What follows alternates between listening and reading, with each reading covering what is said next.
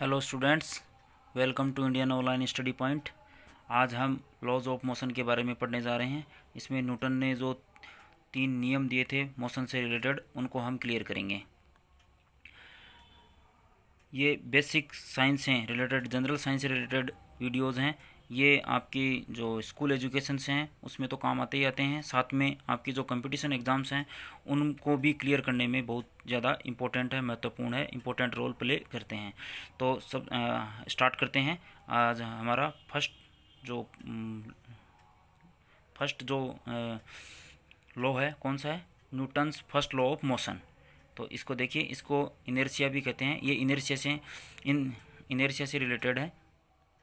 Inertia मतलब मास से related है। जिसका जितना मास होगा उसका उतना ही ज़्यादा क्या होगा? इनर्शिया होगा। और इनर्शिया क्या होता है? किसी भी ऑब्जेक्ट के द्वारा अपनी जो पोजीशन है उसमें चेंज करने को रजिस्ट किया जाता है, रोका जाता है, उसको क्या कहते हैं? इनर्शिया कहते हैं। ठीक है। जैसे कि एक ट्रक है और एक कार है, तो दोनों में मास किसका ज़्यादा होगा? ट्रक का। तो ट्रक का इनर्शिया भी ज़्यादा होगा। कहने का मतलब, जब हम ट्रक को धक्का लगाते हैं तो ट्रक के आसानी से धक्का नहीं लगा, ट्रक है वो आगे की तरफ नहीं बढ़ेगा, जबकि कार को हम आसानी से आगे की तरफ खिसका सकते हैं। तो जिसका जितना ज़्यादा इनर्शिया होगा, जितना ज़्यादा मास होगा, वो उतना ही अपने में होने वाली चेंज को रजिस्ट करता है, रोकता है। तो जो ट्रक है उसमें ज़्यादा इनर्शिया होने की वजह से वो अपने में होने वाले चेंज को ज़्यादा रोकेगा, जबकि कार है उसमें इनर्शिया कम होता है, मास कम होती है, जो कि उसमें जो चेंज होगा वो आसानी से हो पाता है। तो इसी से रिलेटेड है ये अपना फर्स्ट जो लॉ है, फर्स्ट लॉ ऑफ मोशन। ठीक है। तो इसका जो फर्स्ट लॉ ऑफ मोशन है वो क्या कहता है?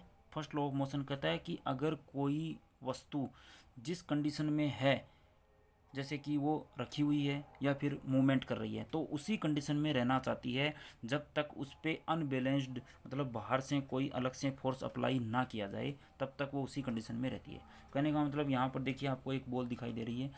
ये बॉल कैसी है? स्थिर अवस्था में है। ठीक है। मतलब ये हिल नहीं रही है, यहाँ पर स्थिर अवस्था में है। अब इस पे बाहर से प्रेशर लगाया जाता है, फोर्स लगाया जा रहा है, यहाँ पर पैर से इसको किक मारा जाता है, तो इसमें मूवमेंट स्टार्ट हो जाती है। फिर ये जो बॉल है, ये इसमें मूवमेंट स्टार्ट होने के बाद में ये किसी वस्तु से जाकर टकराती है, और टकराने के बाद में इसमें जो अनबैलेंस्ड फोर्स बाहर से जो दूसरा फोर्स इस पर अप्लाई होता है, उसकी वजह से ये रुक जाती है। कहने का मतलब, जो फोर्स है वो उसकी वजह से सबसे पहले इसमें मोशन हुआ, मोशन होने के बाद में इसमें फ्रिक्शन होता है, जैसे ये ज़मीन पे लुढ़कती है तो इसमें फ्रिक्शन होता है, घर्षण होता है, और उसके बाद में जैसे किसी दूसरी वस्तु से टकराती है तो रुक जाती है। कहने का मतलब, जब अगर ये मूवमेंट करने लग गई है तो उसके बाद में भी किसी न किसी अनबैलेंस्ड फोर्स की ज़रूरत होती है रोकने के लिए, और जब ये रखी हुई थी तब भी इसको मूव करवाने के लिए किसकी ज़रूरत होती है? फोर्स की ज़रूरत होती है। ठीक है। अनबैलेंस्ड फोर्स की ज़रूरत होती है। अनबैलेंस्ड और बैलेंस्ड फोर्स को हमने अच्छी तरीके से पिछले वाले वीडियो में क्लियर कर लिया है। अगर वो अभी तक आपने नहीं देखा है तो वो एक बार देख लीजिए, जिससे आगे वाले जो वीडियोज़ हैं या आज का जो वीडियो है वो अच्छी तरीके से समझ में आ जाए। इसलिए आपने अगर वो पहले वाला वीडियो नहीं देखा है तो वो देखिए, उसके बाद में इस सेशन को आपको स्टार्ट करना है। ठीक है।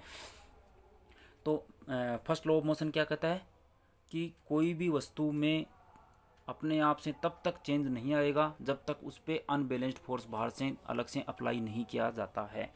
अगर कोई वस्तु रखी हुई है तो वो रखी हुई रहेगी, वो अपने आप मूवमेंट नहीं कर पाएगी। और अगर कोई वस्तु पहले से मूवमेंट कर रही है तो वो कभी नहीं रुकेगी, उसी अवस्था में चलती रहेगी जब तक उस पर बाहर से अनबैलेंस्ड फोर्स है वो अप्लाई नहीं हो पाएगा। जैसे अब हम सोचते होंगे कि ऐसा तो होता ही नहीं है कि कोई चीज़ है वो एक बार स्टार्ट हो जाए उसके बाद में रुके नहीं। और जैसे फुटबॉल है वो लुढ़कता है, गेंद है वो लुढ़कती है फिर अपने आप रुक जाती है, तो ये फोर्स की वजह से ही रुकती है। कैसे? जैसे फ्रिक्शनल जो फोर्स होता है, जैसे घर्षण होता है जिस पे ज़मीन पे लुढ़कती है, तो उस समय दोनों जो सरफेसेज होती हैं बॉल की और जो ज़मीन की, उसके बीच में घर्षण होता है, रबिंग होती है, जिसकी वजह से गेंद है वो फोर्स लगने की वजह से रुकती है। इसके अलावा हमारी पृथ्वी से ऑब्जेक्ट पे क्या लगाया जा रहा है? ग्रेविटेशनल फोर्स लगाया जा रहा है ऊपर से नीचे की साइड में, जो उसको बांधे हुए रखता है, जिसकी वजह से जो गेंद है वो रुक जाती है। या फिर जो गेंद है वो हवा में अगर है तो जो एयर है उससे भी क्या होता है? फ्रिक्शन होता है, और उसकी वजह से जो गेंद है वो रुक जाती है। इसके अलावा जो फर्स्ट लॉ ऑफ मोशन है, फर्स्ट लॉ ऑफ मोशन को हम गाड़ी से एग्जांपल से भी समझ सकते हैं। जैसे कि हम किसी गाड़ी के अंदर बैठे हुए हैं और गाड़ी में मूवमेंट हो रही है, गाड़ी चल रही है कहने का मतलब, और हम सीट पे बैठे हुए हैं। अब गाड़ी में अचानक ब्रेक लगाए जाते हैं तो हम आगे की तरफ जाते हैं। कहने का मतलब हमारी जो बॉडी है वो जिस कंडीशन में थी, कहने का मतलब मूव कर रही थी, उसी अवस्था में रहना चाहती है। गाड़ी के तो ब्रेक लग गई इसलिए वो रुक जाती है, लेकिन हमारी जो बॉडी है होती है उसमें वो आगे की तरफ जाती है। किसकी वजह से? First law of motion inertia की वजह से। इसके अलावा इसको इस तरीके से भी समझ सकते हैं कि जैसे एक घुमावदार मोड़ है ऐसे, और उसमें कोई गाड़ी चल रही है, ठीक है, उसमें कोई गाड़ी चल रही है।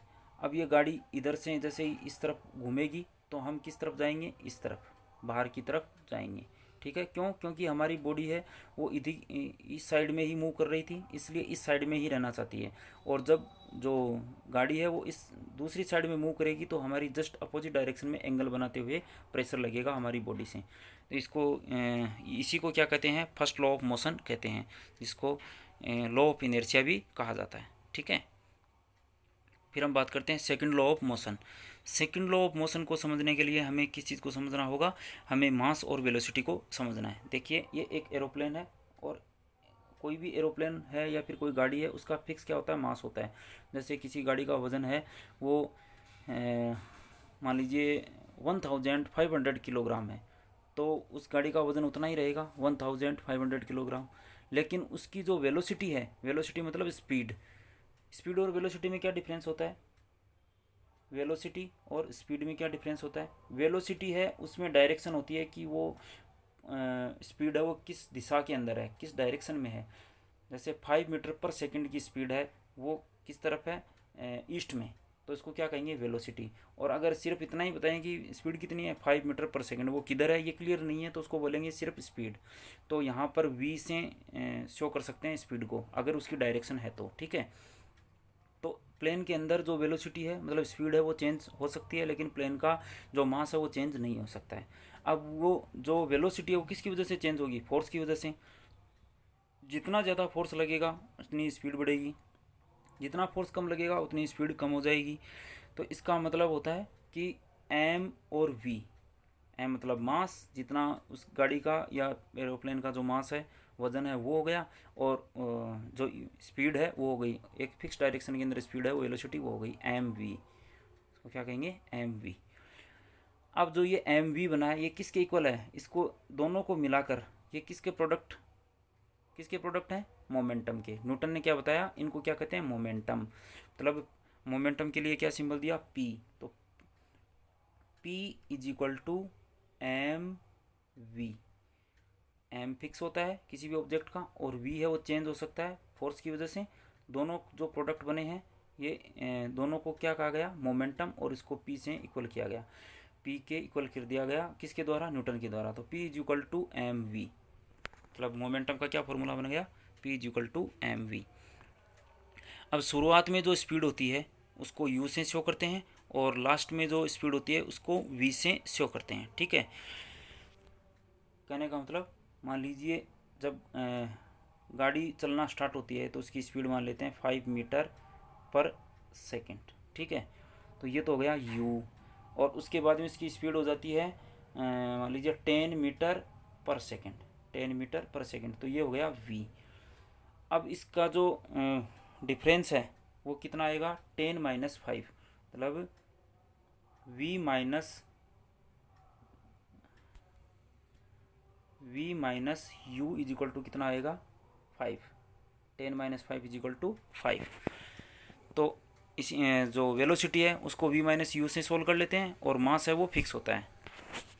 तो अब जो मोमेंटम में चेंज है वो किस प्रकार से करेंगे हम? जैसे वेलोसिटी में चेंज है वो v माइनस यू से, और वैसे मोमेंटम में चेंज है वो किस प्रकार से करेंगे?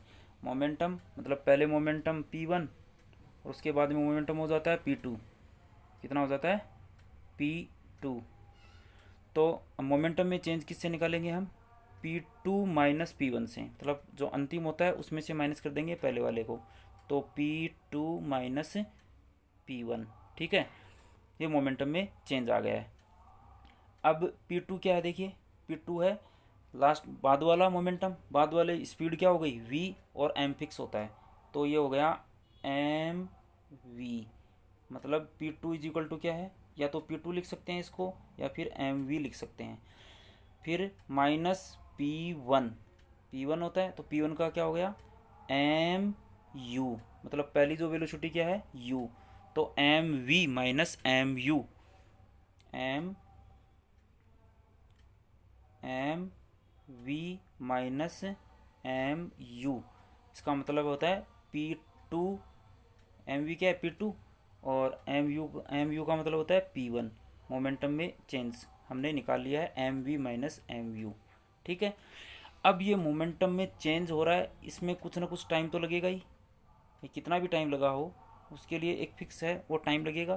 तो इसको डिवाइड कर देते हैं t से, मतलब ये मोमेंटम में मान लीजिए इतना जो चेंज हुआ है mv माइनस mu, ये 3 सेकंड में हुआ है, 3 सेकंड में हुआ है, 3 सेकंड से हुआ है, इसलिए इसकी जो रेट है वो कैसे निकलेगी, मोमेंटम की जो डिफरेंस है उसको टाइम से डिवाइड कर देंगे तो उसकी रेट निकल आएगी।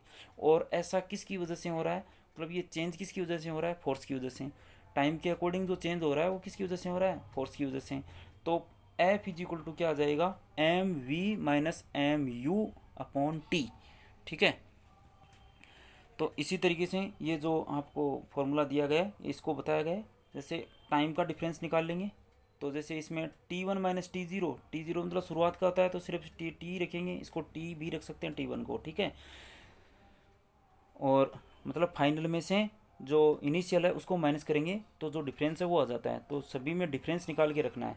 तो फर्स्ट वाली जो मोमेंटम था उसमें भी हमने m1v1 माइनस m0v0 यहाँ पर हमने क्या लिया था u, और m है वो फिक्स होता है, m1 है तो m को 1 और 0 नहीं लेना है हमें, सिर्फ क्या लेना है m, क्योंकि m में कोई चेंज नहीं होता है। ठीक है, तो mv minus mu upon T1 minus T0, अब T0 को हटा देते हैं, यहाँ पर क्या रखेंगे सिर्फ T1। तो ये फॉर्मूला बन गया mv minus mu upon T1। तो ये मोमेंटम में चेंज हो रहा है और कितने टाइम में कितने मोमेंटम कितना चेंज हो रहा है उसकी दर है वो निकालेंगे।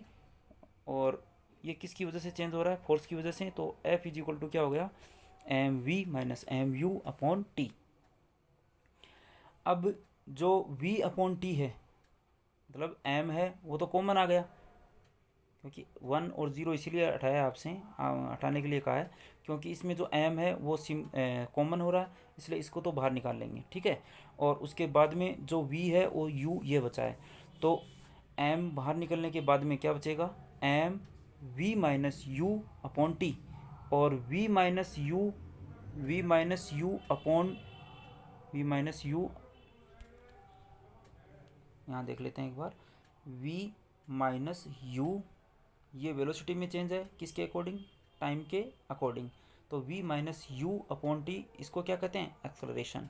ठीक है, तो ये एक्सेलरेशन हो गया और m पहले से है, तो इसका फॉर्मूला हो गया F is equal to M A. क्या बन गया, F is equal to M A. आपको बुक्स में यहाँ पर k भी मिलेगा, k एम ए। ठीक है, तो ये k क्या है, ये प्रोपोर्शनलिटी कांस्टेंट है। जब हम प्रोपोर्शनलिटी कांस्टेंट को सोल्व करते हैं तो उसमें कांस्टेंट लगता है। कहने का मतलब जो f है वो डायरेक्टली प्रोपोर्शनल होता है किसके, m के और v के। जो f है वो डायरेक्टली प्रोपोर्शनल होता है m के और v के, और इन्वर्सली प्रोपोर्शनल होता है टाइम के। ठीक है, तो अब ये जो प्रोपोर्शनलिटी का जो सिंबल है ये जब हम हटाएंगे तो यहाँ पर कांस्टेंट आएगा, तो F इज इक्वल टू क्या हो जाएगा, ये V अपॉन टी, तो क्या हो गया A, यहाँ पर प्रोपोर्शनलिटी यहाँ पर रखेंगे एक बार और इसको एम वी अपॉन टी लिखेंगे। ठीक है, अब ये प्रोपोर्शनलिटी वाला जो सिंबल है ये हम हटा रहे हैं, इसको इक्वल में कन्वर्ट कर रहे हैं, तो F इज इक्वल टू के लिख देंगे क्योंकि प्रोपोर्शनलिटी के सिंबल को हटा दिया हमने, और यहाँ पर लिखेंगे एम ए। तो F इज इक्वल टू क्या हो गया, एम ए। अब इसमें दो फॉर्मूले बन गए एफ के, एक तो M V minus M U upon T, और एक दूसरा हो गया F is equal to M A. ठीक है, अब हम देखते हैं कि जैसे कोई फील्डर है वो गेंद को कैच कर रहा है मान लीजिए, तो यहाँ पर इस मोमेंटम को क्लियर करते हैं हम। P इज इक्वल टू क्या होता है, एम वी, ठीक है। अब मोमेंटम में चेंज हो रहा है यहाँ पर, क्योंकि पहले मोमेंटम जो वेलोसिटी अलग थी, अब वेलोसिटी अलग है। वेलोसिटी के अलग होने से मोमेंटम भी क्या हो जाएगा, चेंज हो जाएगा, क्योंकि मास तो वही रहेगा। जैसे मान लीजिए ये गेंद है, ये कितनी है, इसको मान लेते हैं अपन 100 ग्राम की, कितना मान लिया, 100 ग्राम। तो ये जो बॉल है वो 100 ग्राम की ही रहेगी, ठीक है। अब इसका मास क्या हो गया, मास m इज इक्वल टू 100 ग्राम, ये फिक्स है। अब इसकी वेलोसिटी क्या है, वो चेंज होगी। पहले वेलोसिटी ज़्यादा होती है, फिर धीरे धीरे कम होती जाती है, तो इसका मोमेंटम भी क्या होगा, चेंज होगा। अब मोमेंटम में चेंज होने को हम किस प्रकार से लिखते हैं, P2 माइनस P1, मतलब बाद वाले मोमेंटम में से पहले वाले को हटाते हैं, पहले वाले को कम करते हैं तो डिफरेंस आ जाता है। और P2 का मतलब होता है mv, और P1 का मतलब होता है mu। और इसमें जो गेंद जब से चलना स्टार्ट किया है तब तक ये हाथ तक पहुंचती है, तब तक इसमें कुछ टाइम भी लगता है, तो अपॉन में लिख देंगे t। और ये यहाँ तक इसमें चेंज किसकी वजह से हो रहा है, फोर्स की वजह से, तो यहाँ लिख देंगे f। तो f is equal to M V minus M U upon T, ये हमने क्लियर कर लिया है। अब हमें इससे साफ साफ फॉर्मूले से पता चल रहा है, अगर टाइम बढ़ेगा तो फोर्स क्या हो जाएगा, कम हो जाएगा। जैसे जैसे ये गेंद ज़्यादा दूरी तक जाएगी इसमें फोर्स कम होता चला जाएगा, तो सीधी सी बात है, टाइम बढ़ेगा तो फोर्स क्या होगा, कम हो जाएगा। और जैसे जैसे टाइम कम होगा तो फोर्स क्या होगा, बढ़ जाएगा। तो जब फील्डर है वो गेंद को कैच करता है तो उस समय देखिए, गेंद जैसे ही हाथ में आती है ये अपने हाथ को नीचे की तरफ लेके आता है, यहाँ देखिए नीचे की तरफ इसको अपने हाथ को लेके आ गया, पकड़ा तुरंत हाथ को यहाँ तक लेके आया। तो यहाँ से यहाँ तक लेके आने में कुछ समय लगा है टी, मतलब टाइम क्या हो गया है, बढ़ गया है। और टाइम बढ़ने से क्या होगा, जो फोर्स है वो कम हो जाएगा। टाइम बढ़ने से क्या होगा, फोर्स कम हो जाएगा, और फोर्स कम होगा तो प्रेशर भी कम होगा।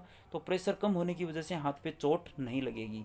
अदरवाइज़ अगर हम सीधे ही यहाँ पर इस जैसे गेंद आ रही है और हाथ को अगर नीचे की साइड में नहीं लेके जाएं तो यहीं पर इस गेंद को पकड़ेंगे तो टाइम नहीं लगेगा, और टाइम कम होने की वजह से प्रेशर है वो बढ़ जाएगा और हाथ पे चोट लगेगी, ठीक है। तो इस चीज़ से सेकंड वाले जो लॉ ऑफ मोशन है उससे हम क्लियर कर सकते हैं कि हम जो गेंद को कैच करते हैं या फील्डर गेंद को कैच करता है तो उस समय अपने हाथों को पीछे की साइड में क्यों लेके जाता है।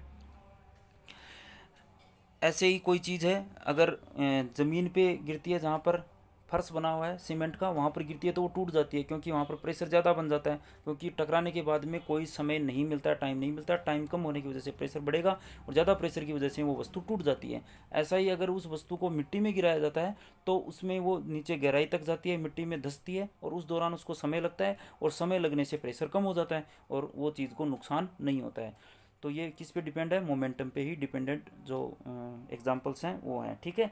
अब हम बात करते हैं थर्ड लॉ ऑफ मोशन की। थर्ड लॉ ऑफ मोशन, इसको रिएक्शन, एक्शन एंड रिएक्शन भी कहते हैं। थर्ड लॉ ऑफ मोशन क्या कहता है, for every action there is an equal and opposite reaction. Third law of motion कहता है कि प्रत्येक एक्शन के लिए इक्वल और अपोजिट डायरेक्शन के अंदर रिएक्शन होती है, ठीक है। जैसे कि एक बंदूक है, इससे गोली निकलती है, ठीक है। तो ये जो गोली पे जो प्रेशर है वो एक्शन हो रहा है, गोली जो छोड़ी जा रही है वो क्या है, एक्शन हो रहा है। Accelerating force of the bullet, इसमें एक्सेलरेशन होता है A is equal to V upon T, मतलब टाइम के अकॉर्डिंग वेलोसिटी में यहाँ पर चेंज हो रहा है, तो इसको ये क्या है, एक्सेलरेट हो रही है, तो ये एक्शन है। अब इसके जस्ट अपोजिट रिएक्शन होती है recoil force on the gun. Gun में जब हाथ आप पकड़ते हो तो उसमें पीछे की तरफ धक्का लगता है, ठीक है। तो गोली है वो आगे की तरफ जाती है और जो गन है वो पीछे की तरफ खिसकती है। तो जितना एक्शन हुआ है उतना ही क्या है, अपोजिट डायरेक्शन में रिएक्शन हुई है। और इसके लिए दोनों दो अलग अलग ऑब्जेक्ट का होना ज़रूरी है। इसी पे एक्शन और रिएक्शन नहीं हो सकती, ऐसे ही बुलेट पे भी एक्शन और रिएक्शन दोनों एक साथ में नहीं हो सकती, इनके लिए दो अलग अलग ऑब्जेक्ट का होना ज़रूरी है, ठीक है। ऐसे ही हम एग्जाम्पल, दूसरा एग्जाम्पल ले लेते हैं। जैसे कि फ्लोर पे हम चलते हैं, फर्श पे चलते हैं, सड़क पे चलते हैं, तो हम क्या करते हैं, फर्श पे या सड़क पे क्या लगाते हैं, प्रेशर लगाते हैं, ठीक है। नीचे की साइड में क्या लगा रहे हैं, प्रेशर लगाते हैं यहाँ पर। अब जो ज़मीन है वो वापस से प्रेशर है वो ऊपर की साइड में लगाती है, जिससे हमारा पैर है वो आगे की तरफ खिसकता है। तो इस प्रकार से जितना प्रेशर हम ज़मीन पे लगाते हैं, ज़मीन उतना ही प्रेशर हमारी तरफ वापस लगाती है। इसके अलावा अगला देखिए एग्जाम्पल, जैसे कोई नाविक है, नाविक नाव से उतरता है, उस समय जैसे ही वो किनारे पे दूसरा पैर रखता है तो नाव है वो पीछे की साइड में जाती है। क्यों? क्योंकि हम नाव को पीछे की तरफ धक्का लगाएंगे तभी नाव है वो हमारे आगे की तरफ धक्का लगाएगी, जिससे हम आगे किनारे पे आ पाते हैं। तो हर एक रिएक्शन के लिए क्या होता है, हर एक एक्शन के लिए क्या होता है, रिएक्शन होता है, और वो अपोजिट होता है और इक्वल होता है। इसके अलावा एक्शन और रिएक्शन को, जैसे हम किसी दीवार पे धक्का लगाते हैं मान लीजिए, तो क्या दीवार भी वापस से धक्का लगाती है? तो हम सोचते हैं कि नहीं लगाती है, लेकिन ऐसा नहीं है, दीवार भी क्या करती है, धक्का लगाती है। कैसे? जैसे मान लीजिए एक दीवार है, यहाँ पर ये मान लीजिए एक क्या है, दीवार है, इस पे हम यहाँ से धक्का लगाते हैं। तो अगर हम धक्का लगाते हैं तो ये दीवार खिसक जानी चाहिए थी, लेकिन ये दीवार नहीं खिसकती है। इसका मतलब दीवार भी हमारी तरफ क्या लगा रही है, धक्का लगा रही है, तभी तो ये बैलेंस्ड है, नहीं खिसकती है। अगर ये धक्का नहीं लगाती तो क्या होता, दीवार खिसक जाती, लेकिन दीवार नहीं खिसकती है, इसका मतलब दीवार भी हमारी तरफ धक्का लगाती है। दीवार कितना धक्का हमारी तरफ लगाती है, जितना धक्का हम दीवार पे लगाते हैं उतना ही वापस से अपोजिट डायरेक्शन में दीवार के द्वारा हम पर धक्का लगाया जाता है, जिससे जो दीवार है वो नहीं खिसक पाती है। और अब आप बोलोगे कि जो गाड़ी है उससे धक्का लगाते हैं तो फिर तो दीवार खिसक जाती है, टूट जाती है। तो वो फोर्स ज़्यादा बढ़ने की वजह से ऐसा होता है। और जहाँ तक दोनों आपस में प्रेशर इक्वल रहते हैं, फोर्स इक्वल रहते हैं, तब तक वो बैलेंस रहती है। और जब अनबैलेंस्ड फोर्स काम करेगा तो मूवमेंट होती है, ये हमने पढ़ रखा है। तो यहाँ पर वो मूवमेंट होती है, लेकिन जो प्रेशर है वो दोनों साइड में इक्वल ही रहता है। तो तीनों नियमों को हमने अच्छी तरीके से डायग्राम्स की मदद से समझ लिया है। तो ऐसे ही वीडियोस और स्लाइड्स के थ्रू समझने के लिए, पढ़ने के लिए चैनल को सब्सक्राइब कर लीजिए और बेल आइकन को प्रेस कर दीजिए।